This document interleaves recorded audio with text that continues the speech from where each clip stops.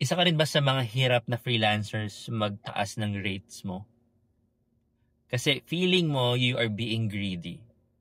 But remember this, it's not being about greedy, it's about growing. You have to grow as a business owner, as a freelancer.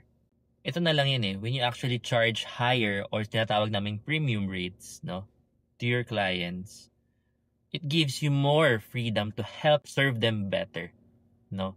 Kasi kung nandun ka pa rin sa part ng freelancing mo na you are serving clients, multiple clients nga, pero lahat low rates, then you are busy, you are tired and exhausted serving multiple clients at may maliliit na rates.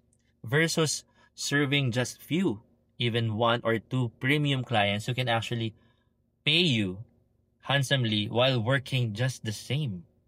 No? It's about mindset. It's about importance of perspective. No?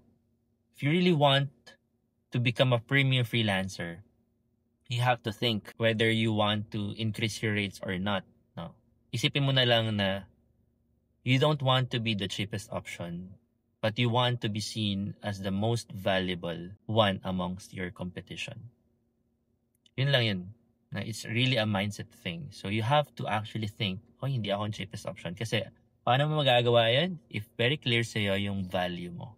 What's the value that you're offering?